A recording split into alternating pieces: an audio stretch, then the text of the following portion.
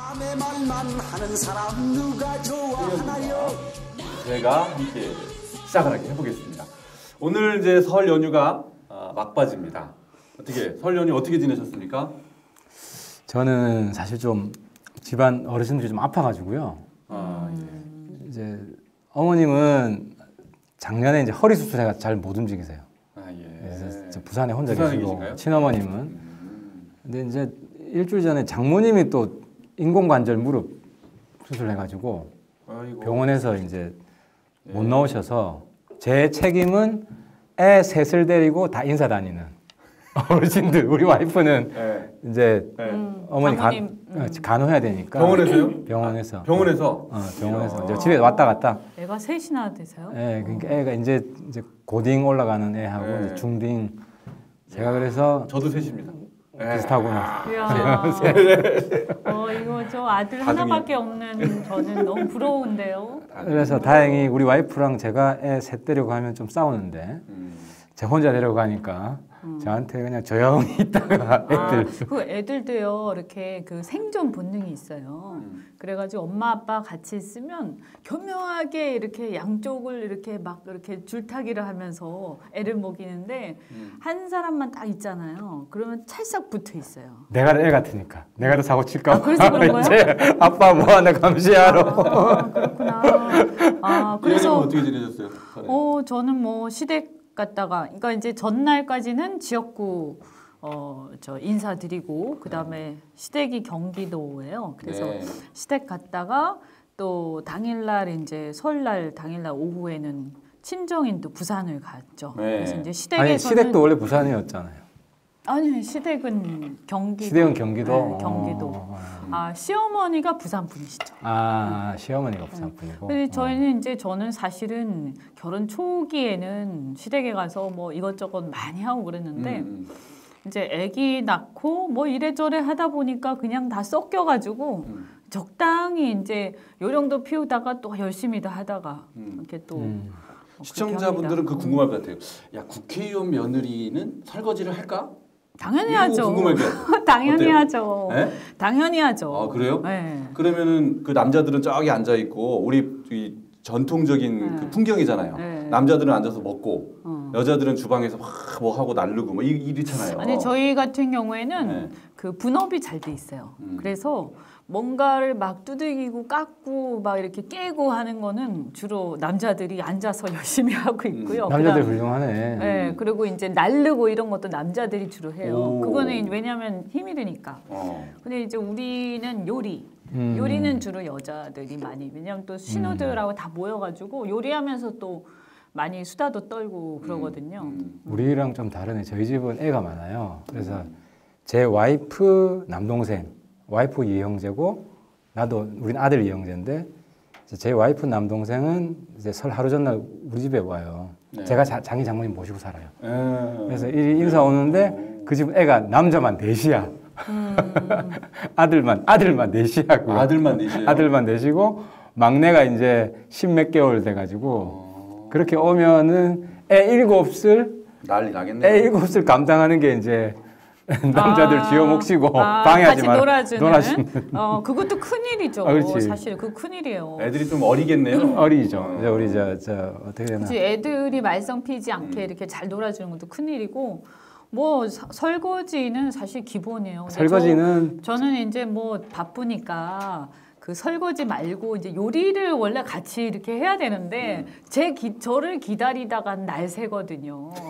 그러니까 결국 안 한다는 얘기잖아요. 아니 그러니까 전부 다 이제 그 요리할 때는 저는 마무리 예를 들어서 전을 굽고 이런 것만 하고 그 전에 사실 그 전이 중요한 거예요. 이렇게 잘라가지고 썰어서 뭐 묻혀가지고 이렇게 해놓는 거. 그런 거 안 한다는 거 아니에요? 아니, 그거는 제가 할 때까지 기다리면 시간이 안 돼요. 너무 솔직하다. 너무 솔직하다. 아니 네. 그래서 처음에는 저도 막 하려고 막 했죠. 그래서 막 헐레벌떡 진땀 흘리면서 막 오고 했는데 이제 나중에 한 10년쯤 되니까 시어머니 저 보기에 되게 제가 딱해 보였나 봐요. 그래서 그냥 그렇게까지 할 필요 없고 와서 그때부터 열심히 도와주면 포기한 된다. 거예요? 포기한 거죠, 사실은. 그리고 이제 저는 열심히 구해요. 사실 그거는 요리 솜씨가 필요 없기 때문에. 그리고 나중에 그 설거지는 열심히 또 하고 네, 그렇군요. 그렇게 합니다. 그럼 뭐 저는 열심히 붙였어요. 저하고 질적으로 별 차이 없네. 저 설거지는 좀 설거지는 저는 싸우고. 전 붙였어요. 전 그래도 저는 네, 전 아, 동태전, 나 내년에 해볼래. 전 붙이는 거. 수박전 이런 거 붙였어요. 아니 그리고 저는 제가 친정을 가면 저희 친정어머니가 안 계시니까 제가 큰 신우거든요. 그래가지고 거기는 이제 제가 거의 시어머니 노릇을 해요. 가면 그래서 이거 하자 저거 하자 하면서 하는데 제가 원래 별로 잘하질 못하기 때문에 대충 하다가 야 우리 그냥 사 먹자 이렇게 하고 아니야, 저 말 많이 할수록 내가 볼 때 마이너스 점수야. 마이너스. 그 설 민심이나 한번 얘기해 보세요. 설 민심을 좀 들어보셨어요? 아, 설 민심요. 네. 일단 우리는 평창 올림픽을 열심히 시청을 했는데 네. TV로 그 뭐 여러 가지 얘기가 있었지만 저희 가족들이나 이제 주변 분들은 올림픽이 이제서야 좀 올림픽답다. 그러니까 선수들에 대한 면모를 이제서야 제대로 본다. 처음에 너무 북한의 그거 때문에 그거에 이제 집중을 하고 포커스를 맞추니까 사실 별로 이렇게 올림픽에 대한 흥이 안 났다는 분들이 많으시더라고요. 그래서 오히려 지금 본격적으로 동계올림픽 보는 것 같다를 좋아하시고요. 대체적으로 이제 저희 지역구 같은 경우는 사실 경기가 너무 어렵다, 먹고 살기 힘들다. 그렇지. 이 말씀이 정말 많이 하셨는데 사실 명절 때마다 그런 얘기 많이 듣잖아요, 그래, 우리가. 항상 듣죠. 근데 문제는 뭐냐면 명절 때마다 그런데 갈수록 안 좋아지고 있다. 매 명절 때마다. 경기가 네. 경기가 이제 언제 좋은 적이 있었나 싶어요. 아니 근데 이제 언제 좋은 적 있었나 그런데 지난번 추석보다 그 지난번 그 설날보다 갈수록 안 좋아지고 있다는 거죠. 그리고 더 문제는 특히 이제 젊은 애들이 있는 집들이 굉장히 분위기가 안 좋았는데 취직이 안 되니까.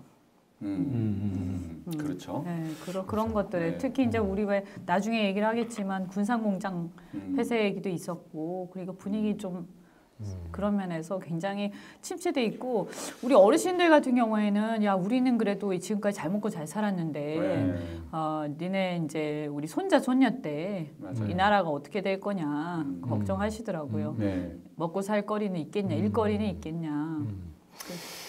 저희 지역은 네. 잘 안 믿을지 모르겠지만은 합당 우리 하기 전까지는 네. 분위기가 어땠냐면 쟤는 이제 국회의원 미련 없구나. 더 이상 정치 안 하려고 더 이상 정치 안 하려고 하는구나. 그래서 지 맘대로 하네. 그러니까 이제 지 맘대로 하네. 그러니까 이제 좋은 말로 하면 소신 지키는데 현실을 보면 도저히 이제 당선 가능성 없다. 지 맘대로 하네. 이런 분위기에서 솔직히. 아니 언니 저도 좀 그런 얘기 들은 거 같은데. 아니 부산은 특히 심했어.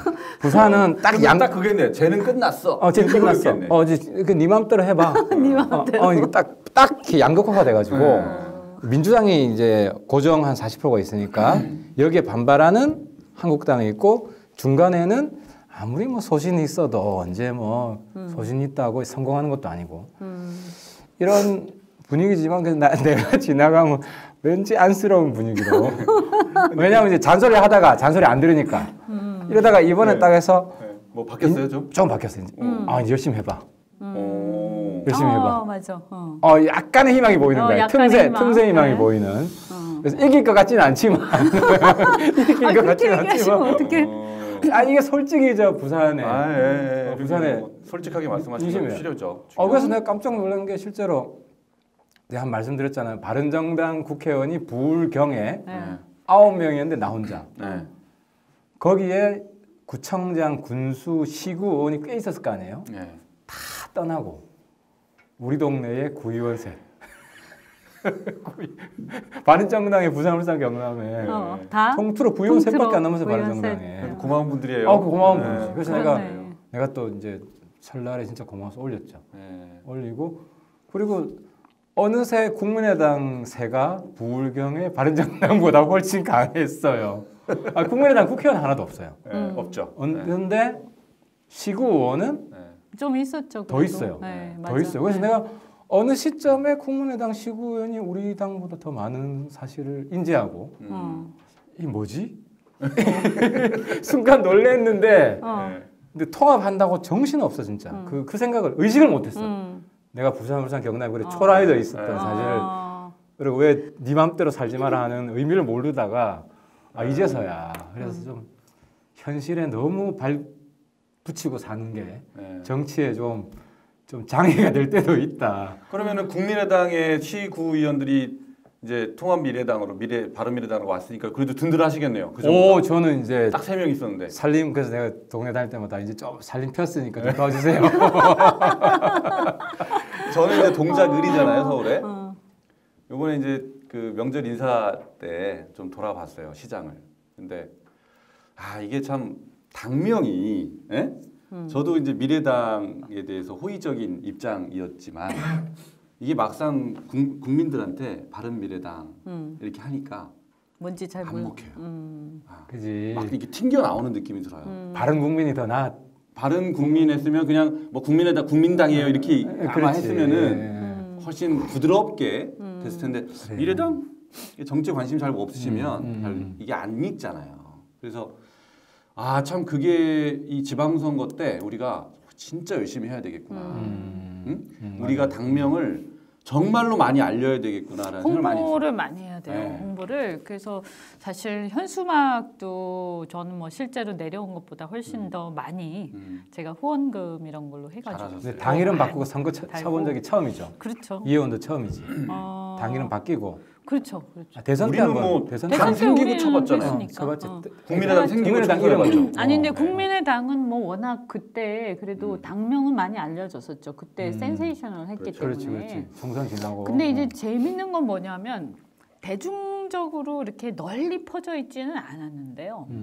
근데 이렇게 저는 뭐 이번에는 막 바쁘게 많은 사람을 만나기보다는 지역에 사람들이 많이 모여 있는 그런 식당가 이런 데서 한 테이블이라도 제대로 한번 이렇게 좀 누가 이렇게 관심 있는 사람이 있으면 앉아가지고 같이 밥도 같이 먹고 또 한 잔씩 이렇게 또 술보다 이제 음료수라도 이렇게 좀 교환하고 했었는데 뭐 얘기를 하다 보면 그 관심 있는 사람이 굉장히 많아요. 그러니까 지켜보는 거죠.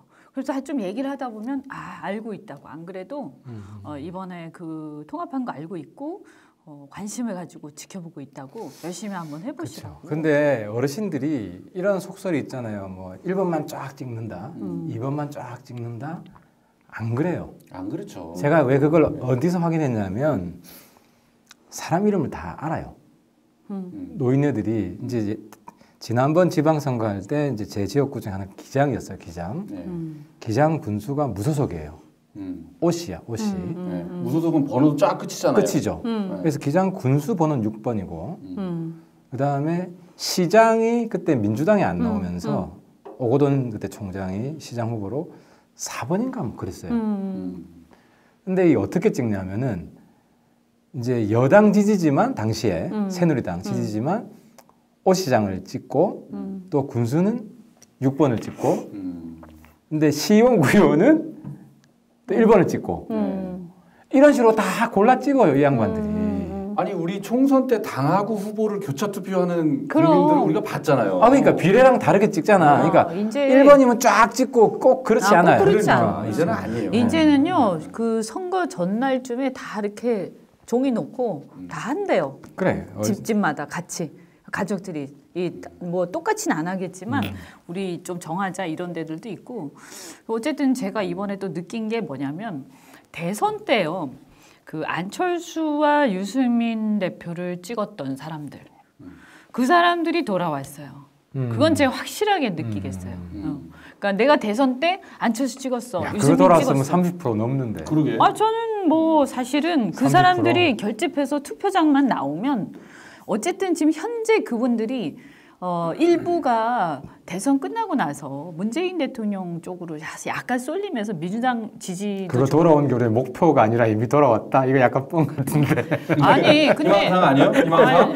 그거 돌아오면 우리 일당이야 일당. 아니 안철수 유승민 대표를 찍었던 사람들 물론 이제 그 중에서 제가 이렇게 보니까 아직까지 호남 민심은 완전히 돌아오진 네, 않았어요. 우리 수도권은 많이 들어온 것 같아요. 근데 서울은. 수도권에 그쪽 찍었던 사람들은 여전히 아직 야 그래도 이번에 괜찮았어. 희망을 걸어볼래. 그렇다고 해서 막 이렇게 무슨 막 으쌰으쌰 이것까지는 아닌데 이렇게 이제 관심 갖기 시작했다는 거죠. 아, 그렇지. 저는 관심을 그렇지. 희망적으로 봅니다. 다행입니다. 그래도 희망을 그나마 가집시다. 네, 그 바른 미래당보다는 사람들이 그렇더라고요. 유승민 안철수가 합쳤어. 이렇게. 이게 그러니까. 훨씬 더 직관적이고. 그럼요. 내가 맞아요. 그때 산소 그렇게 미래당 하자 그랬잖아. O2. 산소. 그건 유승민 그건 더 안철수 몰라요. 이영이요. 그리고 또 하나 재밌는 거 하나만 더 얘기하면 짧게. 네. 한국당 네. 그 홍준표 찍었던 사람들 그 도저히 안 되겠어라고 하면서 이번에 그래도 두 안철수 유승민이 합하면서 뭔가 노선을 분명히 하는 것 같다. 이러면서 이제 한국당 지지 그때 홍준표 막판에 이제 열받아가지고 문재인 대통령 싫으니까 홍준표 찍었던 분들 중에서도 특히 어르신들 일부 이번에는 한번 저 홍준표 대표 가지고 저 한국당이 뭐가 달라지겠어? 그런 일부도 있긴 있었어요. 이번 평창 올림픽이 뭐 여러 가지를 남겼지만 이제 북한과 관련해서는 이제 김여정이 와서 남북 정상회담을 제안을 하고 돌아갔지 않습니까? 그렇죠. 정상회담이 제일 큰 이슈죠. 이게 이제 앞으로 뭐 올림피아기야 이제 끝나면 끝나는 거지만 이 정상회담 이슈가 이제 우리한테 떨어진 과제, 근데 이제 숙제 뭐 이렇게 이제 남게 됐는데 어떻게 보세요? 이 대목에서 제가 문재인 대통령 칭찬 한마디 합시다. 네. 그러니까 우리가 누구 잘하는 건 칭찬해야죠. 그러니까 이제 문재인 지지자들은 문 대통령 지지자들은 이거 전선을 정상회담 찬반으로 또 몰고 갈 거예요. 그래서 반대하는 반통일 세력 혹은 반평화 세력, 찬성하는 반 친통일, 친평화 뭐 이런 식으로 평화 올림픽 뭐 이렇게 가르듯이. 근데 이제 문재인 대통령이 그나마 정무적으로 상당히 안정감을 주는 게 김여정을 만났을 때도 여건을 만들어서 성사시킵시다. 그러니까 조건부 그렇죠. 수용을 했어요. 네. 그죠? 네. 조건부 수용을 했고 또 어젠가요? 이제 엊그제 이런 말 했죠. 이제 남북 정상회담에서 큰 기대를 갖지 마라. 우물가에서 숭늉 찾는 격이다. 그 얘기했죠. 그죠? 이런 식으로 네. 이제 남북 이건 어떻게 보면 자기 지지 세력에 약간 찬물 끼얹는 이야기일 수도 있고, 근데 오히려 보수층에서는 남북 정상회담에 대해서 신중히 접근한다. 이런 메시지를 줘요. 난 참 이게 그 문 대통령의 대북 접근 전반적인 전략에 대해서 내가 동의하진 않는데 이런 워딩을 쓰는 것에 대해서는 상당히 정무적으로 세련됐고 보수층에 대해서도 어느 정도 안정감을 준다. 뭐 이번에 그 우물가에서 숭늉 찾는 격이라는 건 지금까지 이 북한 문제에 대해서 문재인 대통령이 보여왔던 모습에 대해서 굉장히 사실 좀 좀 다른 모습을 보였던 거죠. 그래서 그런데 우물가에서 숭늉을 찾는 격이라는 게 정확하게 어떤 의미로 받아들이셨어요? 그게 무슨 뜻이죠? 무슨 그게 뜻으로 뭐 그런 뜻 받아들였을까요? 아닌가요? 그러니까 지금 이 남북 정상회담이라는 게 지금 굉장히 어려운 상황이고 여기서 이렇게 지금 이렇게 북핵 문제 이런 거 전혀 가닥이 잡히지 않은 상태에서 남북 정상회담을 갑자기 생뚱맞게 이게 좀 생뚱맞다는 그런 의미 아니죠? 또 다른 어떤 이게 뜻이 그래서 내가 있었나요, 고단수라는 건데 우물가의 숭늉 찾는 격과 완전히 대립되는 발언을 그전 했어요. 그러니까 바람 앞에 촛불처럼 남북 관계를 조심스럽게 다루자. 이건 그때 왜 나왔냐면은 북한을 자극하지 말자. 그랬죠. 그래서 북한을 자극하면 촛불이 꺼질 수 있으니까 상당히 이제 김정은 눈치 보는 이런 발언이었어요. 근데 요번 발언은 이제 기자들이나 저는 어떻게 읽히냐면 미국의 눈치를 좀 보는. 아니 그러니까 미국에. 사실은요. 저는 뭐 그나마 다행이라고 생각해요. 왜냐하면 문재인 대통령이 대통령이기 때문에 지금 사실 우리가 이렇게 외신을 보면요. 이 북한 이번에 올림픽 관련해서 이 전반적으로 있었던 어떤 북한과 관련된 우리 정부의 행보에 대해서 굉장히 비판적이에요. 전반적으로는. 물론 일부 이제 약간 그 미국 자체 이제 미국의 그 트럼프 대통령이나 이런 흐름에 대해서 좀 비판적인 그리고 굉장히 풍자를 많이 하는 그 언론들은 당연히 뭐 뉴욕 타임즈 같은 경우도 약간 오히려 문재인 대통령이나 우리 정부 쪽에 가깝게 이렇게 하긴 했지만 전반적으로는 비판적인 데 많았고 BBC 같은 경우에도 제가 듣기로는 정치 올림픽이었다. 이런 식의 어떤 표현을 썼다고 하더라고요. 그리고 실제로 미국 정부가 이번에 이제 펜스가 보여준 어떤 그런 행태들도 있었지만 일련의 어떤 이 과정에서 굉장히 사실 이런 상황들에 대해서는 당연히 미국 쪽에서 여러 가지 회의적인 시각들이 있었을 거라고요. 그런데다가 문제가 뭐냐면 바로 우리는 이제 이건 올림픽이고 또 경제 문제고 따로 생각할 수도 있겠지만 실제 솔직히 외교라는 게 해외 영업 아닙니까? 저는 그렇게 생각하거든요. 해외 영업이다. 그럼요. 네. 그런데 이게 다 경제하고 관련이 돼 있어요. 그거 넘어가기 전에 여기 연결돼 추가로 이번 그 김여정이 내려오기 전에 한국하고 미국하고 굉장히 충돌했어요. 네, 그렇죠. 충돌. 네. 이게 이제 제가 아는 이제 지인인데 이름을 밝혀도 돼요. 스콧 스나이더라고 한국 전문가고 스콧 스나이더가 미국 분이세요? 미국 전문가입니까? 네, 전문가고 한국 전문가고 와이프가 한국 사람이에요. 한국말 조금 해. 잘은 못하는데. 근데 이 뭐 스콧 스나이더가 한 이야기가 그 북한이 올림픽에 참여하는 이 과정, 커뮤니케이션하는 내용에 대해서 미국한테 이야기를 안 해줬다는 거예요.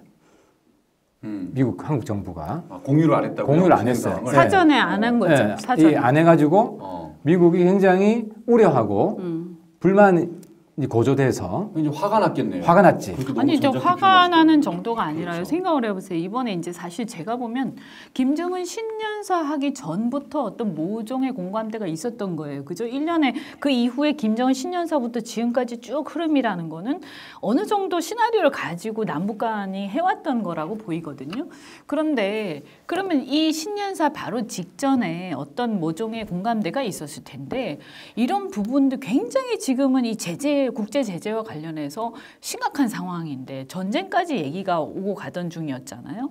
그렇다면 여기서 우리가 북한하고 이런 공감대를 갖기 전에 사전에 미국하고 충분히 먼저 공감대를 가지고 했었어야 되는데 이렇게 되면요. 미국 입장에서는 그냥 화가 나는 정도가 아니라 우리 정부를 의심하게 돼요. 그렇지. 슈나이더 얘기가 그거 굉장히 심각한 거죠. 그러니까 뭐라 그러던가요? 그러니까 이 군사 훈련까지 미국이 연기해줬잖아요. 네.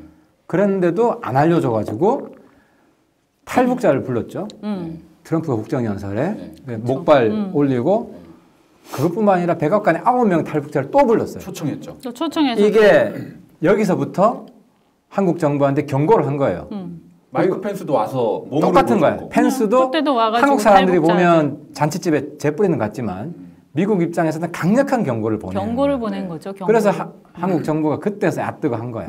맞아요. 앗뜨고 해가지고 이제 그때서부터는 한국 정부가 미국한테 잘 보이려고 노력을 하기 시작했고 그게 지금까지 이어지고 있는 상황인 거예요. 솔직히 지금까지. 그게 잘 보이는 정도다라고 하면 참 우리 슬픈 일인데 뭐 어쨌든 간에 이제서야 조금 이렇게 상황을 파악을 하기 시작했다. 그렇죠. 문재인 대통령이. 그래서 그 정상회담에 대해서 어쨌든 조심스러운 입장을 이제 보인 거죠. 만약에 이런 상황에서 미국하고의 어떤 이 합의 없이 그리고 북핵에 대한 어떤 실마리 없이 덤벙 만약에 남북 정상회담 하러 그것도 우리 대통령이 북한까지 평양까지 가서 그 생각을 한번 해보세요. 김정은이라는 사람은 우리나라 사람들이 볼 때, 특히 우리 젊은이들이 볼 때는 자기 고모부를 고사포로 쏴 죽이고 존다고 말이죠. 존다고 그랬던 거 아니에요. 그리고 자기 형님을 암살하고 굉장히 잔인한 독재자인데 그것도 자기가 잘나서 그런 독재자 된 것도 아니고 그냥 물려받은 거 아닙니까? 그러니까 굉장히 못마땅한 상황이죠. 왜 그런 소위 X한테 우리가 그렇게 질질 끌려다녀야 되냐 이런 건데 심지어는 자기가 우리 잔치집에 와가지고는 무슨 큰 자기가 형님쯤 되는 것처럼 우리 대통령한테 평양으로 오셔요. 네. 이렇게 큰 소리 쳤단 말이에요. 근데 만약에 네 이러고 넙죽 엎드리고는 평양까지 가서 그 김정은하고 문재인 대통령이 악수하면서 문재인 대통령이 머리 조아리는 장면이 나오는 순간 문재인 대통령은 끝납니다. 아이, 그렇게 막 진행되진 않았을 거라고. 그러니까 그렇게 할 수는 없는 거죠. 저는 그러니까. 그 우물가에서 숭늉을 찾는 격이라는 얘기를 들으면서 굉장히 놀랐는데요. 이게 굉장히 생뚱맞는 상황에서 하는 얘기잖아요. 근데 저는 그런 상황에서 할 수 있는 적절한 속담을 찾는다면 그냥 우리가 김칫국을 마시면 안 된다 정도를 저는 생각을 했어요. 그러니까 이제 이렇게 센 말을 했다는 센 말이에요. 센 말이죠. 그 배경이 있을 거라고 이제 짐작을 할 수 있잖아요. 그게 이제 그 배경에 바로 이제 하 의원님 말씀하신 미국에서 분노야 사실은. 네, 그거를 이제서 이제 실감을 한 거예요?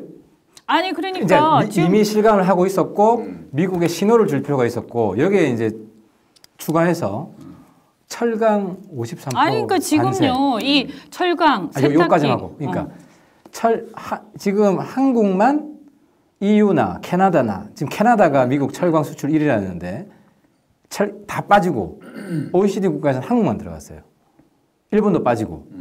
중국도 들어갔죠, 중국. 중국은 당연히 중국이 타겟이니까. 중국이 제일 타겟이니까. 중국에 워낙 물량이 많기 때문에 그러니까 이게 어쩔 수가 없는 거고요. 미국에서는 분리한다고 하지만 실제로 물 밑에서는 분리돼 있지 않다는 신호가 들어갔을 수가 있고 영향을 거지. 미쳤다. 난 영향을 미쳤다고. 아니 외교가요 얼마나 우리 경제하고 직결되어 있냐면요.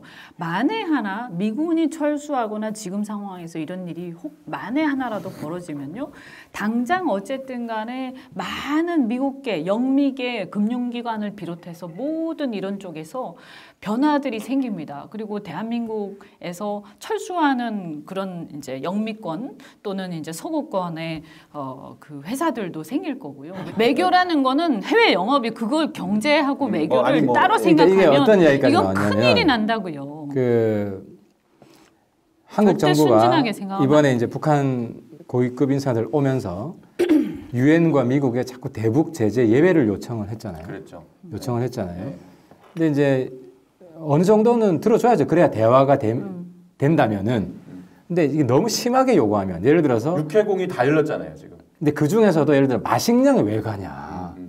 이해가 잘 안 되잖아요. 아니, 사실은 미국 정부 입장에서는. 그때요 마식령을 가서 거기서 무슨 행사를 해야 되는데 뭐가 부족하다라고 하면서 지원을 요청을 했었잖아요. 금강산. 그러니까 미국 입장에서는 합리적으로 풀어달라는 건 이해를 하지만 이번에 과도한 게 있었던 거예요. 그래서 과도한 건 우리 못 들어준다. 이걸 자꾸 요청하면 당신들도 제재할 수 있다.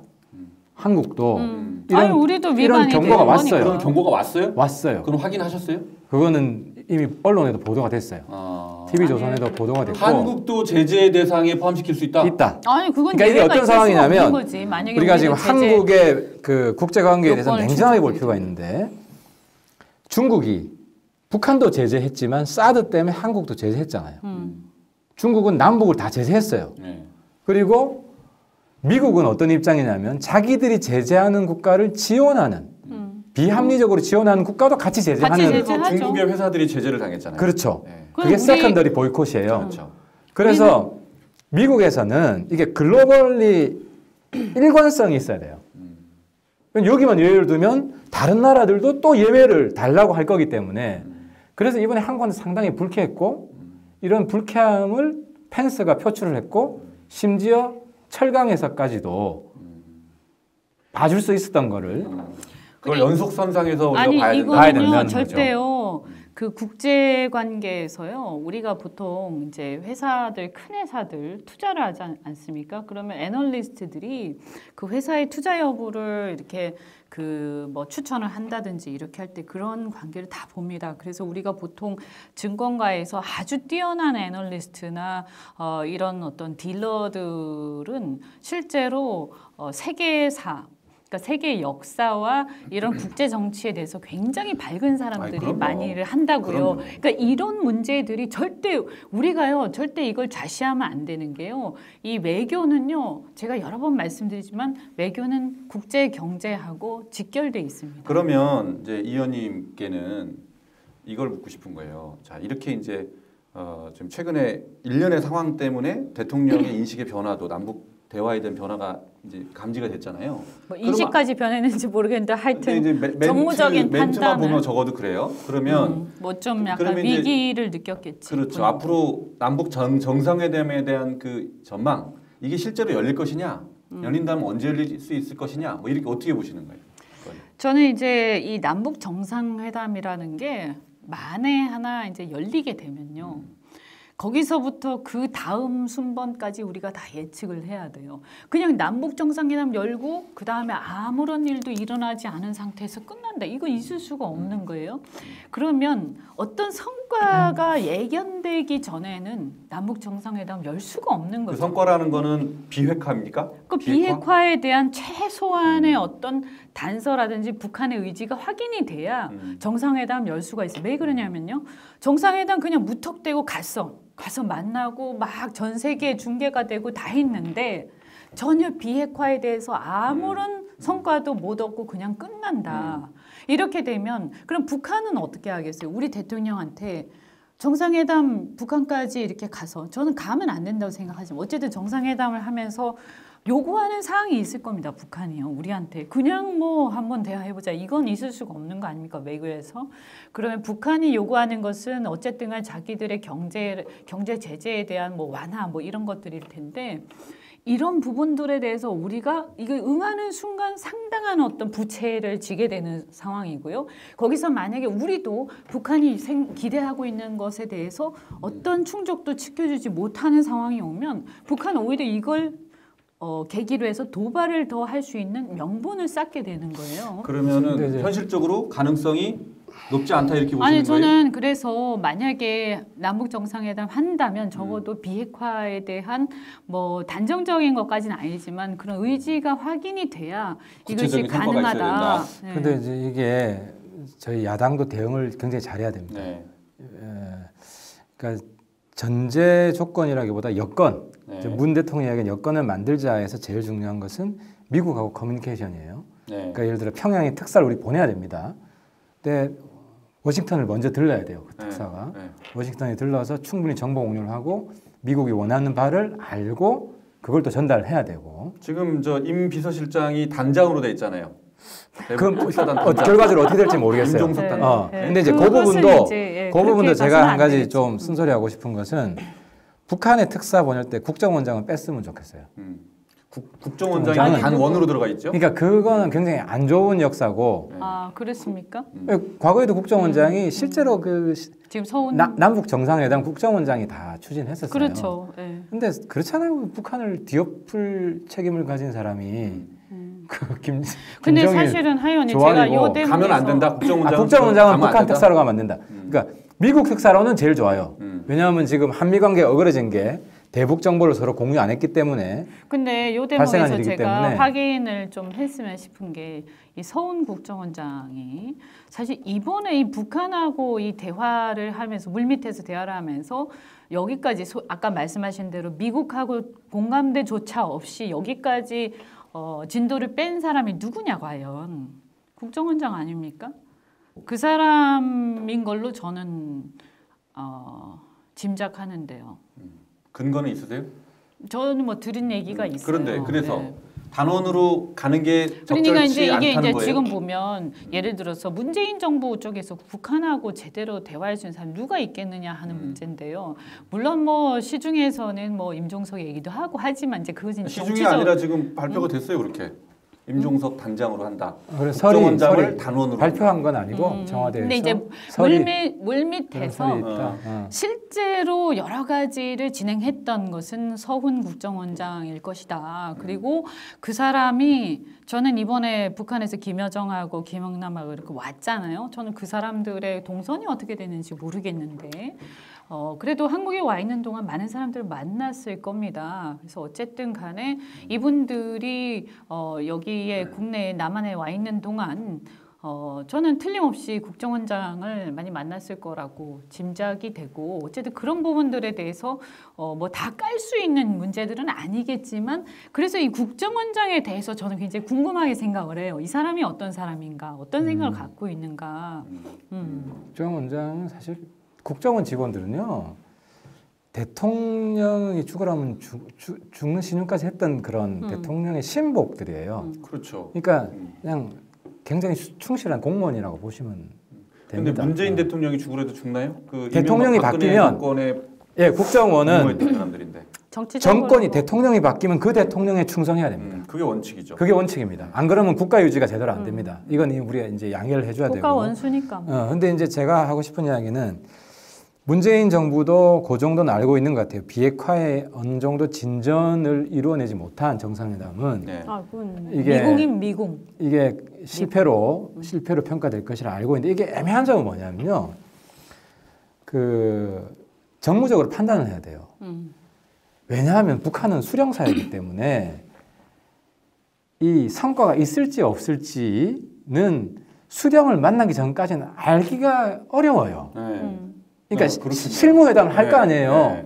그럼 민주주의 국가에서는 미리 어느 정도 합의를 하고 정상끼리는 형식적으로 사인하잖아요. 근데 북한은 그게 안 돼요. 그러면 실무단 회의가 다른 나라하고는 전혀 다른 의미가 있는 건가요? 의미가 다르죠. 그러니까 이거는 우리가 이제 정권이 그만큼 어려움이 크다는 걸 야당이지만 저도 이제 북한을 한 사람이기 때문에 이건 나 이해를 해줘야 된다고 봐요. 그럴 때 여러 가지 종합적으로 판단을 해야 돼요. 이게 성과가 있겠느냐 없겠느냐. 그래서 이 두 가지죠. 성과가 있을 거라는 확신이 들면 가겠죠. 네. 애매할 때는 네. 그래도 걸어보자. 네. 아니다. 안 될 것이다. 여기에서 걸어보자는 쪽으로 기울 가능성이 많아요. 그 미국은 왜냐하면 어떻게 설득해요, 그런데 그런 경우에? 이럴 경우는 정치력이죠. 미국도 힘들어요. 그러니까 그래서 이제 여우 같다면 이 리스크가 있는데 미국 니들이 좀 만나봐라. 미국 먼저. 미국 니들이 만나보고 우리한테 yes or no를 해달라. 이게 있고. 근데 이게 지금 문정부의 딜레마예요. 이럴 경우에 시간이 막 가요. 네. 그러니까 시간이 막 그게 가면 지금 당장 북한이 원하는 거 4월 아닌가요? 달에 한미 군사훈련을 하거든. 한미 군사훈련 하면 패럴림픽이 끝난 네, 이유가 그죠. 이제 4월 4월이에요. 그러면 북한은 또 가만히 있겠어요? 그러니까 대화 하지 분위기가 말라는 완전히 거 아니에요, 북한은 깨지는 그러니까? 거예요. 북한은 하지 말라는 거죠. 그래서 군사훈련. 만약에 저는 그래요. 우리 야당 입장은 한국 정부가 남북 정상회담을 하겠다는 결심을 했다. 이런 반대는 하지 말자. 왜냐하면 그게 성공할 수도 있고 실패도 할 수 있지만 그런 기회까지 박탈하게끔 하는 거는 우리 국민들한테 굉장히 큰 아쉬움이 남는다는 거예요. 그러니까 실패하더라도 일단 하고. 기회를 살려봐야 된다. 우리 아무도 모르기 때문에. 근데 그러니까 이제 마치 요 얘기만. YS 때 김일성하고 정상회담이 잡혀 있었는데 맞아요. 못했잖아요. 두고 그 당시 어르신들은 그 당시 살았던 사람들 어떤 얘기하냐면 그때 YS가 만났으면 통일됐을 텐데 이래요. 그때는 근데 뭐 의원님, 김일성이 그거는요. 죽어서 그런 거예요. 아니 그러니까 왜 그러냐면은 근데 아니, 황장엽 근데 선생이 내 얘기 막 황장엽 선생이 그때 이제 그 이후 내려오셨잖아요. 내가 몇 번 물어봤어. YS가 정상회담을 살아있어 했다면 뭐가 달라졌겠냐? 아무것도 달라지는 거 없었다. 이미 그때 김정일이 실권자고 김일성은 꼭두각시였다. 그런데 국민들은 그 생각 안 한다는 거지. 그러니까 정치인은 미련이 남다는 거죠? 네, 미련이 남고 괜한 어떤 환상을 심어줄 필요가 없다. 안 했을 경우에 불필요한 환상을 우리가 근데 심어주는 다만 거기 이제 때문에 문제는 뭐냐면 아까 시간 얘기했는데 4월달에 한미 군사훈련 이게 문제가 아니고요. 사실 우리가 걱정하는 거는 한 7, 8월쯤에 오게 될 어떤 그 골든 타임 아닙니까? 그 7, 무슨 8월 골든타임이죠? 그러니까 7, 8월쯤이 되면 이제 거의 손 쓸 수 없는 이제 이미 이제 그때가 넘어가면 ICBM 기술이라든지 여러 가지들이 다 완성이 되고 그때는 그냥 인정을 공식적으로 할 건가 말 건가 그거밖에 없는 상태가 되는 아니 그 실험을 핵 기술을 완성하는 기간. 아니 그건 관측이 좀 다를 수 있는데 그건 북한이 실험을 할 때만 아니 그렇죠. 근데 근데 이런 모든 것이 다 상황이면 끝난 상황에서 실험만 남겨놓으면 그거는 그건 이제 끝나는 거지. 이걸 봐야 돼요. 한미 군사 훈련이 만약에 진행된다면 한국 정부는 제일 좋은 게 한미 군사 훈련이 중단되게 북한으로 하여금 예를 들어 뭐 우리는 미사일 핵 실험을 더 이상 안 하겠다. 당분간 안 하겠다. 이런 선언을 끄집어내려고 할 거예요. 근데 그거는 쌍중단 아니에요. 그거는.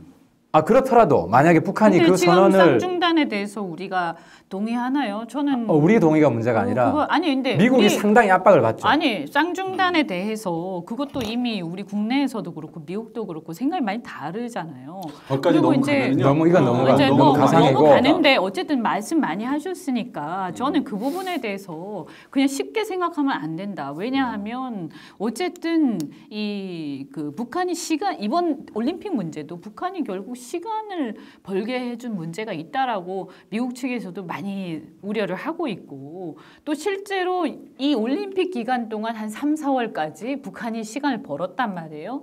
그리고 나서 다시 또 한 4, 5, 6월을 또 그냥 보내. 그럼 이제 나중에는 속수무책인 상태에서 우리 앞에 놓인 옵션이라는 건 그러면 전쟁을 불사할 건지 아니면 그냥 평화협정으로 그냥 가면서 원하는 걸 다 해줄 건지 이야기를 했으면 좋겠는데 이렇게 되는 거예요. 이거 따로 쪼개서 할 쌍중단 문제는 대중관계에 또 복잡한 문제가 있으니까 얘기하지 마시고 다음에 합시다. 이건. 이거는 그러니까 하여튼 쌍중단 우리 입장이 아니라는 거죠. 쌍중단. 남북 정상회담을 정리를 하면 그러니까 구체적인 성과가 있기 전까지는 하면 안 된다. 그러니까 구체적인 성과를 얘기하는 게 아니라 성과라는 게 결국에는 우린 비핵화 말고는 없잖아요. 그렇죠. 우린 가장 중요한 게 지금 비핵화니까. 근데 적어도 이 비핵화에 대한 이 회담을 통해서 북한이 이 비핵화에 대한 어떤 합의를 도출하겠다. 다른 조건들이 자기들이 또 있겠지만 이런 어떤 의지가 확인되기 전에는 자칫 그냥 회담에 응했다가 알겠습니다. 나중에 그냥 저쪽이 도발하는 명분만 줄 수 있다는 거죠. 알겠습니다.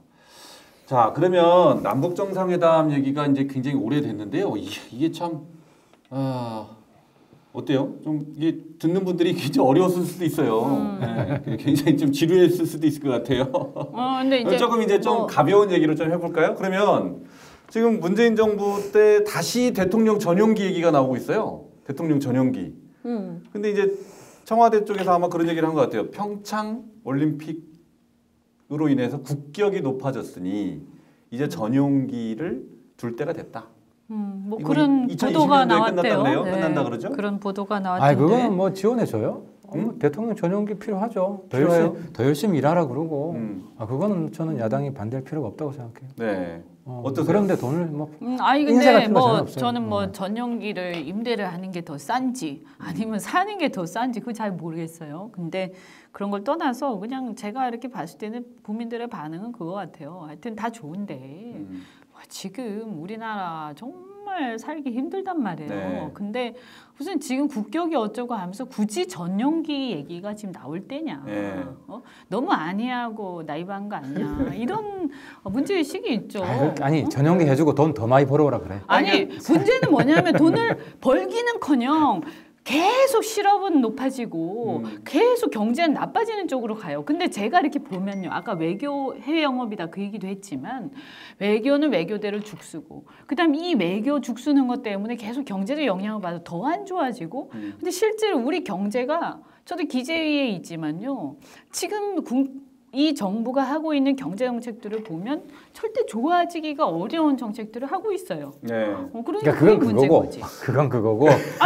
연결시키는 거는 저는 이렇게 생각해요. 좀 썩다니까. 하면 안 돼요? 전용기 반대? 저는 이렇게 생각해요. 일을 잘 해서 국민들 먹고 사는 문제에 대해서 좀 희망적인 상황을 보여주기 전에는 그런 얘기 하지 마라. 하지 마라. 저는 우리도 마찬가지예요. 의원님 그렇지 않습니까? 국회의원들도요. 국가에 대해서 뭔가 희망을 주기 전에는 우리도 제가 그랬잖아요. 수당이든 뭐든 동결하자. 어려운데 국민들이 어렵단 말이에요. 다음에 우리 당이 집권하게 되면 그때 그 전용기를 우리가 타게 될 텐데. 그때는 우리는 전용기 하지 말자 그러죠. 우리 입장에서는. 그리고 또 어떨 때는 이런 게 있습니다. 사실은 전용기를 하게 되면 그 전용기를 관리하고 뭐 또 거기서 또 운영하고 이런 인력들이 별도로 필요한데 우리나라 지금 그런 사람들이 없잖아요. 다시 훈련해서 다 세팅해야 돼요. 그거 이제 항공사한테 그러니까 그냥 외주 줘서 맡기고 지금 전세기 그냥 하면 근데 너무 진지하게 가지는데 우리는 이제 안보가 중요하고 보안이 굉장히 중요하기 때문에 우리 걸로 그 전부터 했어야 됐어요. 저는 좋은데 전용기 그거는 안보가 중요하긴 저도 얘기 좀 할게요. 저도. 근데 전용기 좋은데 좀 궁색한 것 같아요. 그래 지금 그냥 이제 아니 전용기가 아주 생뚱맞아. 그냥 드라이하게 2020년에 이제 임대가 끝나니까 우리가 필요하다. 우리 정권을 위한 게 아니라 차기 정권을 위해서 필요하다. 하면 될 거를 왜 평창 올림픽을 갖다가 끌어들여 갖고 아니 그 국격하고 평창 뭔 상관이야 올림픽하고 그게. 국격하고 전용기를 연결시키는 게 조금 궁색하다. 그런 생각은 뭐 좀 그런 점이 해봤는데 있더라도 통 크게 그러니까 받아주고 저는, 통 크게 저는 나가. 근데 그거는 전용기는 저는 해주는 게 좋다고 봐요. 아니 저도. 통 크게 할 수 있는 문제가 따로 전선을 있어요. 무차별 확대하지 마. 아니 이런 그게 거다 아니에요. 의원님 그게 아니고요. 네. 그거는 국민들을 위한 거라면 우리가 통 크게 양보해 줄 수 있어요. 아. 근데 자기 자신들을 위한 거기 때문에 통 크게 양보할 문제야. 그런 것일수록 우리는 굉장히 엄격하게 봐야 아니 되고 대통령한테 더 요구하면 우리 되죠. 자신에 우리가. 대해서도 마찬가지예요. 그래서 비용을 다 따져야 되겠지만 사실 그런 식의 어떤 이유를 가지고 뭐 전용이 지금 그런 얘기를 논쟁을 할 때가 아니에요. 아, 좋은 포인트인 것 같아요. 굉장히 좋은 포인트고. 때가 아니에요. 아니 나는 국회의원 내가- 연봉 깎아서 전용기 보태고 싶어. 대통령 열심히 일해. 아니, 저는 선언을 하세요 그럼 오늘. 아니 나도 그러고 문재인 싶어. 대통령한테 다른 당이 다 어. 동의해 주세요. 우리 그 10분의 1이나 뭐 반으로 잘라서 아니, 최저임금 의원님- 여기 나오대. 최저임금만 받자 우리 그냥. 그리고 다 줘 대통령한테. 아니 의원님, 대통령 전용기- 국회의원 연봉을 깎는 건 좋은데 깎아가지고 국민들한테 줘야지. 절대 그렇게 행정부에다 줄 수 없습니다. 그 말이 됩니까? 그게 안 돼요. 좋아요. 아이 되게 통 크게, 굉장히 통 좋은 크게 것 같아요. 도와줘요. 때가 어떤 때인데 그런 거 지금 가지고 그런 발목 생각하고 잡지 있어. 정말 우리도 마찬가지고요. 이번에 설 그 연휴 통크 때 문제가 아니에요. 그 내일 바른미래당 최고위가 지방에서 처음 열리는데 전북으로 가시죠? 전주. 원래 군산 가기로 했는데 바뀌었어요. 아무튼 전주로. 전주로 원래 가기로. 군산으로 아, 가려고 했던 그러면 좀 일정이 군산으로 잡혔다가 네. 전주로 바뀌었어요. 맞아요. 저도 저도 처음에 그 얘기 군산으로 들어봤는데 들었는데 네, 이제 그거는 너무 군산 GM대우 공장 관련해서 공장 폐쇄 관련해서 근데 어쨌든 군산 네. GM이랑 연관이 있습니다. 전북으로 네. 가기로 한 것은 네. 그렇습니다. 네. 이게 굉장히 전북도 그렇지만 사실은 군산뿐만 아니라 지금 부천 그다음에 창원인가요? 창원. 네. GM 공장이 있는 곳이 여기까지 그렇습니다. 지금 전부 다 여파를 미칠 거다. 그렇죠. 이것 때문에 15만 명이라 지금 정부가 발표를 했는데요. 관련 그 종사자들 수가 15만 명의 일자리를 잃게 될 수도 있다. 이런 것 때문에 불안감에 빠져 있습니다. 근데 저는 이런 문제에 대해서 참 일자리를 잃는다라고 하는데 일거리가 있어야 일자리가 의미가 있는 거예요. 근데 일거리는 없는데 일자리만 있어요. 그러면 그걸 억지로 그 일자리 유지해야 되느냐. 네. 그래서 그런 식의 논법, 뭐 15만 명이 뭐 일자리가 없습니다. 잠깐만요. 내일 그 저기 군산 아니, 전주 최고위 가서 이거 지원해야 된다 뭐 그런 메시지가 예상되는 거 아니에요?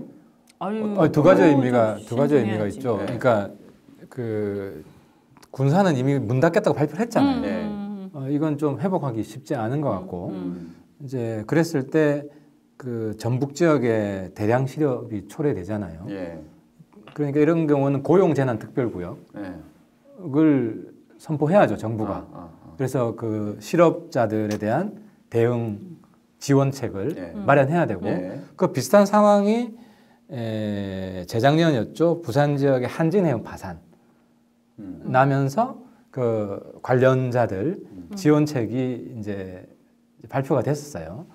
이제 그걸 정부가 이제 준비하라는 거죠. 만일에 대비해서. 예, 우리 당에서 그 이야기고 거란 거죠. 그 이야기고. 근데 이제 제일 좋은 것은 그런 것 같아요. 그 미국도 제너럴 모터스죠. 그 어디입니까? 디트로이트 차 공장들 다 문 닫는다고 했을 때 정부가 대량 지원을 해서 살렸잖아요. 네. 그러니까 이게 저는 그래서 이제 시장 논리와 정부 논리, 정치인 입장에서 조금 옛날에 경제 공부할 때 좀 달라졌어요.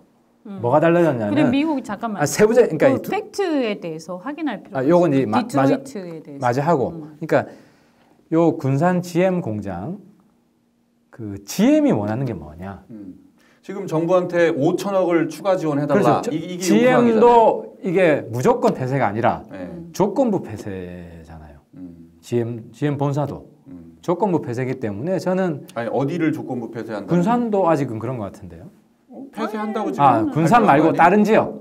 다른 다른 지역에 지역에 대해서 들어가고 경고를 하는 그죠? 거지. 그건 경고를. 조건부죠. 그러니까 거기에 대해서는 군산은 폐쇄 결정을 군산은 한 폐쇄했고 다른 지역은 조건부 협상을 하자는 건데 여기는 저는 정부가 성실히 협상을 해봐야 된다는 거죠. 그래서 지원을 할 수도 있다. 필요할 수도 있다. 전 필요한 이거는 네.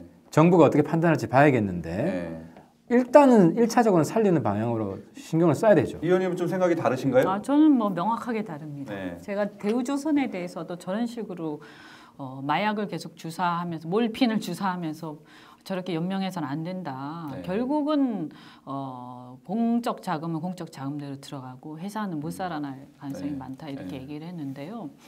이 이제 우리가 이게 전체 산업 구조조정의 차원에서 봐야 돼요. 우리나라가 지금 현재 보면 과거에는 이런 중화학공업, 자동차공업 이런 것들이 우리나라의 주력 산업이었죠. 네. 근데 이것들이 이제 주력 산업으로 경쟁력을 갖기 위해서는 기본적으로 여러 가지 여건들이 있는데 비용 생산 기지로서의 비용이 좀 저렴해야 돼요. 근데 그게 처음에 당시에 뭐 80년대 이럴 때는 그 조건들이 됐어요. 근데 지금 현재 우리나라는 일단 뭐 인건비뿐만이 아니고 그 공장 안에 생산 인력뿐만이 아니고요. 물류도 역시 인건비라든지 여러 가지 뭐 관련된 비용들이 있죠. 이 물류 비용도 너무 비싸. 네. 한국이. 그래서 실질적으로 보면 자동차 생산 기지로서의 경쟁력이 거의 없어진 상태다. 이렇게 보고 그러면 이 자동차라는 것이 이 가솔린이라든지 이 엔진 위주의 이 동력 그 산업들이 과연 앞으로 무슨 전망이 이제 사양산업이다. 밝으냐. 그렇지 않단 말이에요. 결국에는 한 10년 정도 후에는 전기차로 굉장히 빠른 속도로 그 안에 넘어갈 가능성이 많은데 이 전기차라는 것은 이 전기차의 주된 그 수입원은 배터리예요. 배터리. 바깥에 몸체 바디는 그냥 위에 강판을 덮이는 거기 때문에 실제로 수익이 별로 안 나. 이게 배터리에서 다 수익이 나는 건데 그러면 지금 자동차 회사가 전기 배터리는 우리가 보면 LG라든지 이런 데서 생산하는 거지 현대차나 기아차나 GM이나 이런 데들은 껍데기밖에 생산할 수 있는 능력이 안 돼요. 지금 그러니까 구조에서. 지금 하태경 별로 의원은 정치인으로서 정치인으로서 이제 뭐 이렇게 의견을 얘기했잖아요. 아니, 그래서 정치적 고려를 해서는 안 된다는 그런 그래서 얘기세요? 제가 정치인들 때문에 지금까지 망했어. 이렇게 그러니까 이렇게 온 게 정말로요. 정치인들이 자성해야 되는 거예요. 정치적 고려하면 안 된다는데요? 아니 그게 아니고 의원님 정치적 고려라는 게 나라를 생각해야 되죠. 우리나라의 미래를 생각하고 현재를 생각하고 우리가 수술을 해서 살릴 수 있을 때는 수술을 해야 돼요. 그리고 수술을 해야 돼. 수술을. 근데 이미 수술할 수 있는 시기를 넘겼어.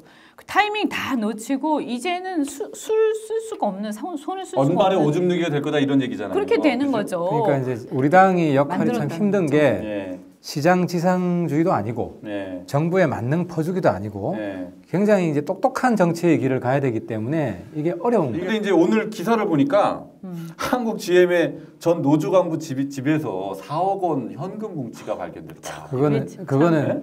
기사가 났어요. 오늘 기사가 아니라 재작년인가 제가 오늘 봤네요. 오늘. 네, 오늘 네, 보셨죠? 근데 이게 다시 나왔나 보죠? 일주일 전 압수수색을 했는데 이게 나왔다. 그게 이제 다락방에서 돈 뭉치가 떨어진 사건인데 화장실에서. 예, 그 다락에서 네. 노조위원장하고 노조 간부들이 네.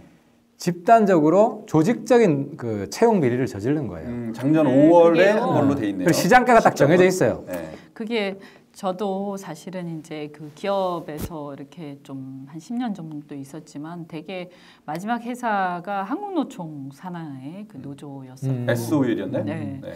그런데 어떻든 보면요.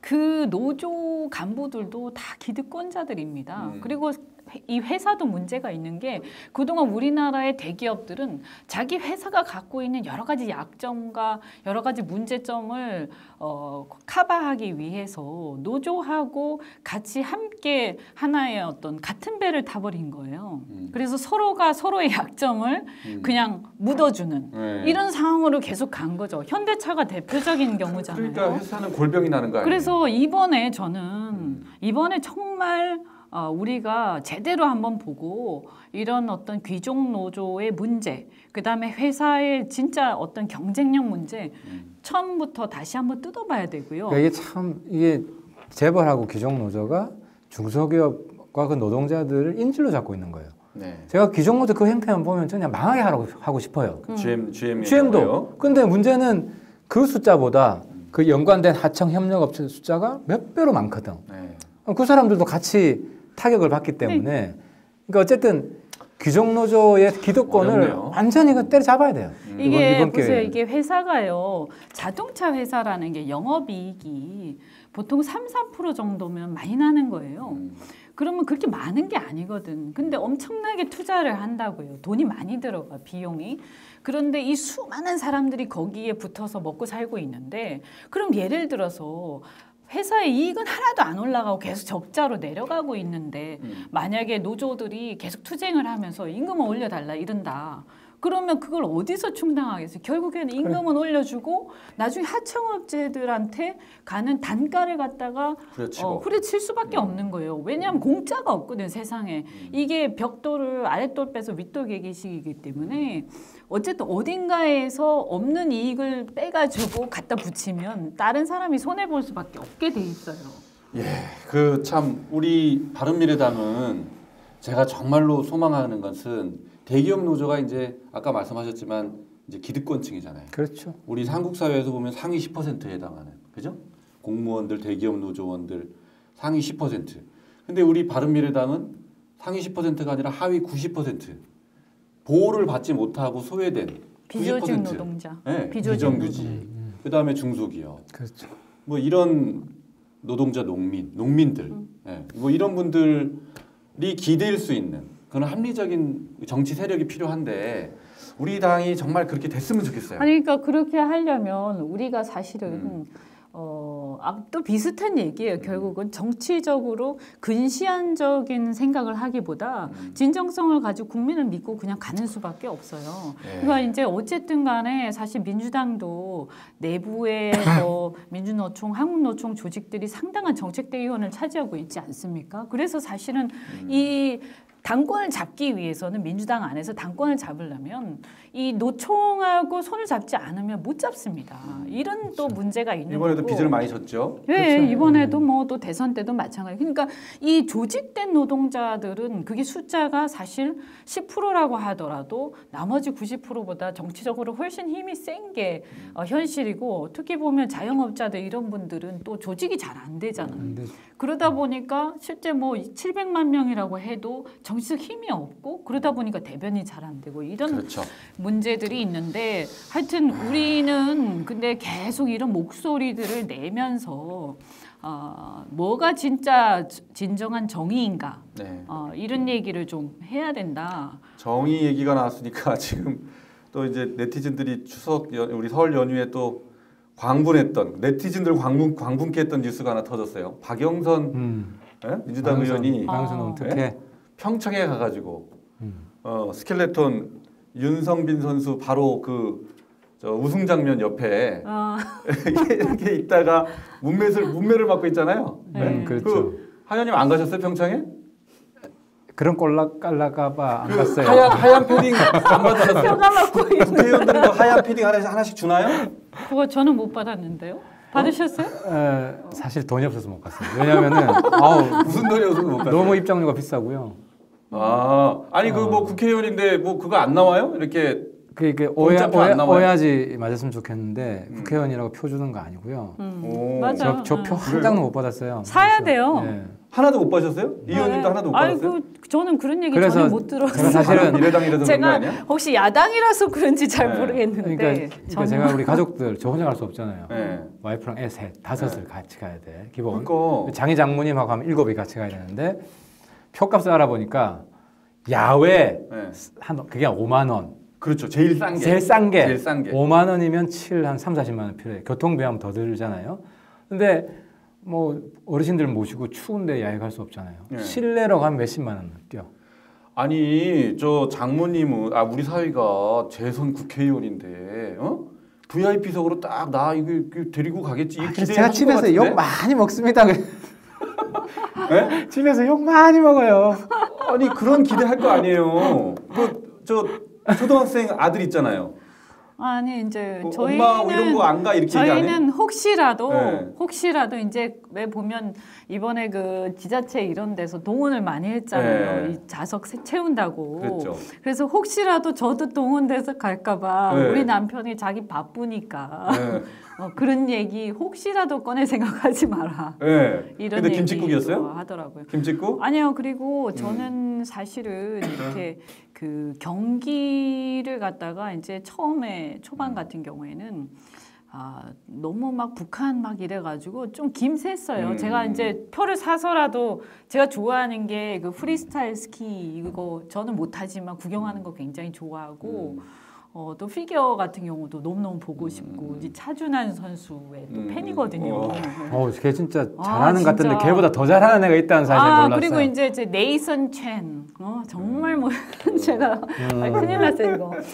또 너무 좋아하는. 근데 왜 안 가셨어요? 가셔야지. 일단 표를 나도 못 끝나기 전에 구했고. 한 번은 가려고 그래요. 네, 표를 못 구했고. 표를 못 구했고. 좀 그다음에 추워도 참으라고 우리 애들한테 좀 국회의원들이 얘기하려고 표를 못 그래요. 구하는군요.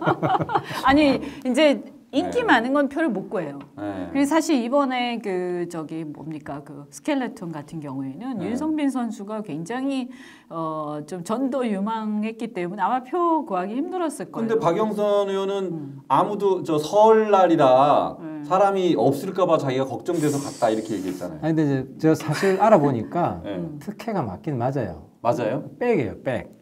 뭐가 백이에요? 그러니까 이제 우리가 어디 입장하면은 AD 카드라 그러는데 영어로 accreditation 카드인데 입장 허용, 출입증. 그러니까 AD 관계자 카드인데 카드. 그렇지. 근데 이게 관계자 AD 카드도 카드. 종류가 있어가지고 그 피니시 라인이라고 그러더라고요. 네. 그 선수가 타는데 네. 스켈레톤 타는 그 안에 들어가는 카드는 못 받았어요.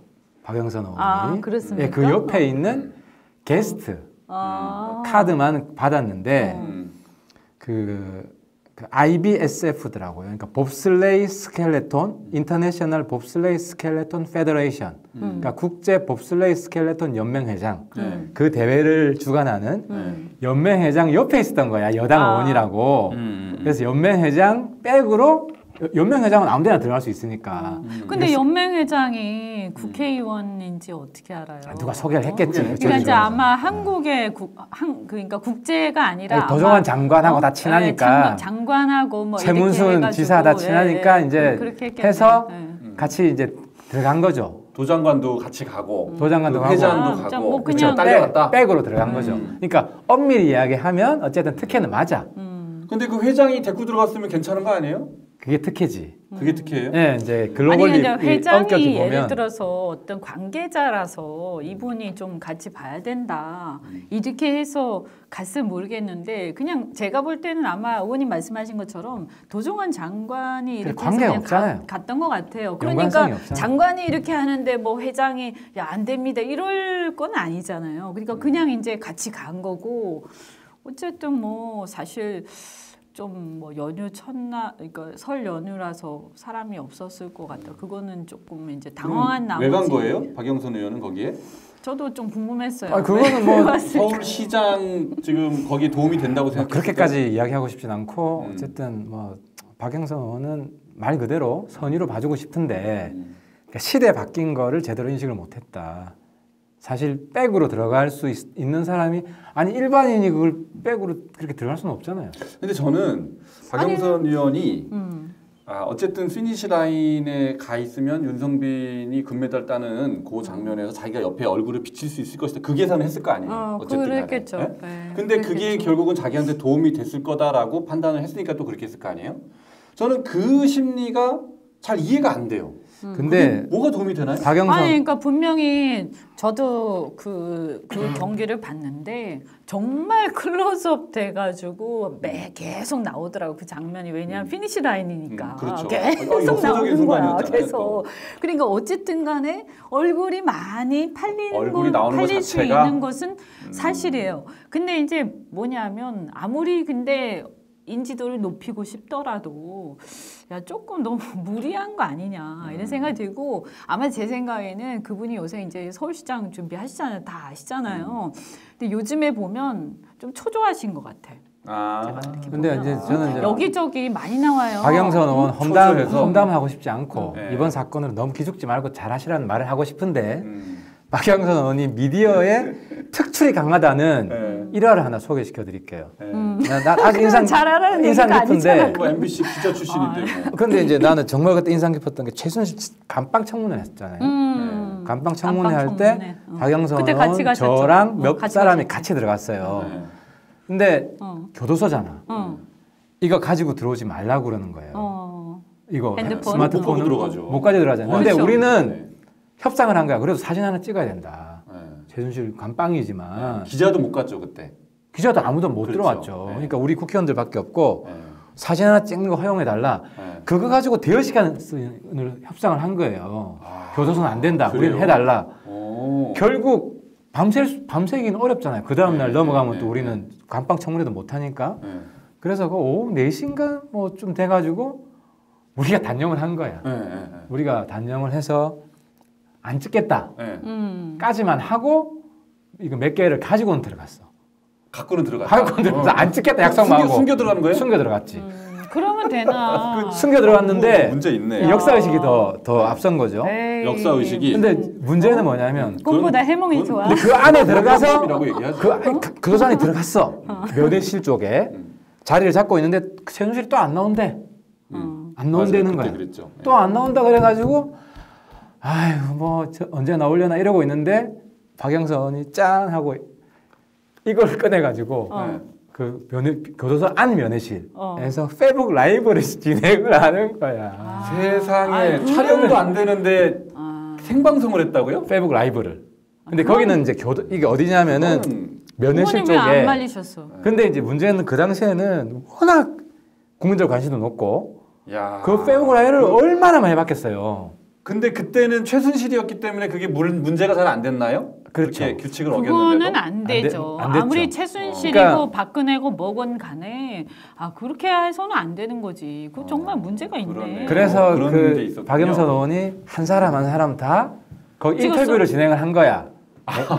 또 나- 의원들. 미치겠네, 의원들. 미치겠어. 네. 의원들을 전안 했잖아. 그래서. 그러면 거기서 잘하셨어요. 제지를 안 했어요? 그 저기 교정 당국에서? 그래서 사실 이 네. 박영선 의원 사건을 보면서 네. 저는 국회의원들이 자성해야 된다고 보는 게 음. 아니 그 법무부 교정 직원들이 네. 국회의원들 그 기세에 아. 서슬퍼른 기세를 어떻게 당하겠어요. 더더군다나 그때 상황이 그 안에서 더 그랬지. 국회의원들이 난리를 치면 오히려 국민들이 박수 치는 거야. 이제 국회의원들이 그 교도소 직원들한테 막 소리 지르고 빨리 왜냐면 그 덩치 이런 사람들이 있거든. 그 사람들이 뭐 개호인데 교도소 안에서 개호라 그래요. 그 이제 죄수들도 경호를 해야 될 거 아니에요. 그런 사람들이 있으니까 당신들 뭐 여기 뭐야 이러고 큰 소리 치고 하니까 또 그 보는 페북 네티즌들도 박수를 쳐. 그것도 갑질인데요. 그렇죠. 국회의원의 그러니까 갑질인데. 이게 그건 아니야. 오늘의 박영선이 내일의 하태경이 될 수 있고 내일의 이현주가 될 수 있다. 우리가 반성을 합시다. 이런 거 진짜 조심해야 되고 특혜 우리가 본인들이 특혜가 아니라고 생각하는 것이 특혜가 될 수 있는 게 있어요. 그걸 지역에서도 그렇고. 그래서 그거는 우리 국회의원 전체가 같이 반성해야 된다는 말씀을 드립니다. 우리가 뭐 사실은 그 너무나 지금까지 정치권에서 당연시되어 왔던 것들 이런 것들에 대해서 다시 한번 뭐 볼 필요가 있긴 한데요. 그리고 이제는 그 선거를 할 때요. 네. 또 굳이 그렇게 해갖고 그게 표가 된다라는 그 생각도 이제 조금은 시대가 좀 달라진 것 같아요. 네, 그래서 보면 뭐 아까 제가 좀 초조한 것 같다 이런 얘기했지만 좀 너무 뭐 어떻게 보면 뭐 예능부터 시작해가지고 막 많이들 나오시잖아요. 네. 근데 전 이런 것도 뭐 이재명 시장도 예능에 또 많이 나오시고 그랬죠. 이렇게 하셨는데 사실 생각해 보면요, 그게 왜 그런 생각들을 하게 됐을까? 그게 한번 보세요. 아 근데 이재명 시장 1,800억 뭐 현금 갑자기? 배당 이거 중요한 거야. 아, 그건 다음에 따로 이것도 사기더라고 보니까. 사기예요? 예고편 다음 예고편. 그렇군요. 다음 예고편으로. 그래가지고 그거 원래 다른 데 쓰기로 약속한 돈을 네. 효과가 별로 안 난 것 같다고 이렇게 바꾼 거야 갑자기. 이재명의 1,800억 사기 의혹. 그러니까 네, 다음 국민들한테 시민들한테 사기치는 아니 거. 이재명뿐만이 아니고 뭐 박원순 시장이라든가 혹은 뭐 남경필 지사든 뭐 누구든 간에 하여튼 한번 보기는 다음에 한번 또 네. 보기로 다음에 하고. 어쨌든 마무리 근데 하여튼 시도록 저 하겠습니다. 어쨌든 다시 이제 저는 이 우리가 이렇게 너무 그 이명박 기억나세요? 이명박 대통령 처음 대통령 되기 전에 뭐 나왔는지? 뭐 나왔어요? 그때 뭐 나왔잖아요. 현대건설 사장 그 드라마. 맞아. 뭐였더라? 그 드라마가 도움이 많이 됐죠. 맞아요. 그게 뭐였죠? 네, 저기? 그 뭐야? 나도 이름 잊어버렸다. 네. 유동근인가 뭐 누구 나오고 막 맞아요. 뭐였죠? 야망의 야망의 세월? 야망의 세월인가요? 네. 그죠? 네, 누가 나는지 잘 기억이 안 나는데 네. 하여간에 그거 나왔죠. 그다음에 또 유인천 아니에요? 유인천? 유인천 죄송합니다. 네, 딴 사람을 얘기했네. 아유 큰일 날 뻔했네. 유인천. 네. 그리고 또 박근혜 대통령 되시기 전에 선덕여왕 딱 바로 전에 했어요. 그래서 나는 정말 이 방송 말이에요. 정말로 중립을 지킬 수 있게 우리 방송법 진짜로 개정해요. 이건 약간 우물가에서 숭늉 찾는 거다. 평을 하고 싶습니다. 아니 근데 진짜로 너무 방송을 정치적으로 마무리해 주시죠. 네. 예. 저는 저희 당에 대한 기대가 높을 것 같고 네. 이 자리가 참 좋은 게 보셔서 알겠지만 저희들 내부에도 이견이 있습니다. 네. 이런 거를 건강하게 우리가 잘 승화하고 종합해가지고 네. 국민들의 그런 희망을 잘 실현시키는 당이 됐으면 좋겠습니다. 네. 자, 잠깐만. 그 저 끝내기 전에 PS. 네, PS. 저는 아까 그 GM 대우 사태 관련해서 정말 기재위 위원이기도 하고 네. 우리 소관 상임이네요. 네, 네. 아니 그리고 제가 정말 우리나라의 가장 큰 지금 경제 현안 산업 구조 조정 지연시키지 않고 제대로 하는 거. 그렇지. 일자리 지금 청년들 뭐 굴뚝에 가서 굴뚝 산업 가서 하라고 하면 합니까? 자기 시대에 맞는 자기의 지금 그 대졸자들이 대부분인 청년들한테 양질의 일자리 줘야 되는데 그게 혁신이 안 되기 때문인데 이 혁신은 과거의 이 산업 구조가 이 제대로 구조조정이 되고 개혁이 돼야 혁신은 동력도 생기는 거예요. 그래서 지금은요 아프지만요 대대적인 수술을 할 때고 우리 정치권이 비록 아픈 사람들이 우리한테 소리 지르는 한이 있어도 미래를 위해서 우리가 이건 함께 우리 견뎌 나갑시다라고 설득해야 됩니다. 예, 좋은 정말 말씀입니다. 중요합니다. 예. 우리 당 이름이 바른 미래당. 미래당. 네. 예. 맞죠? 바른 미래당. 저도 지금 이제 일본 보세요. 아베 정부에서 지금 정말 잘 나가지 않습니까?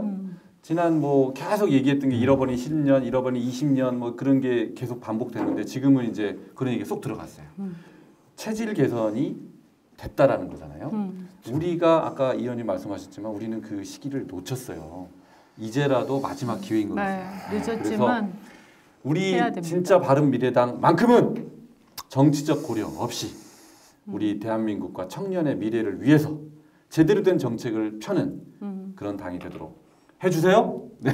네. 자 오늘 똘스 한번 안 해? 네. 자 똘스 5회 구독을 해주십시오. 우리가 구독자 수가 아직 많지 않대요. 네, 구독자 수가 우리가 10,000명이 될 수 있도록 구독 버튼 꼭 눌러주시기 바랍니다. 하나, 둘, 둘, 셋, 똘스!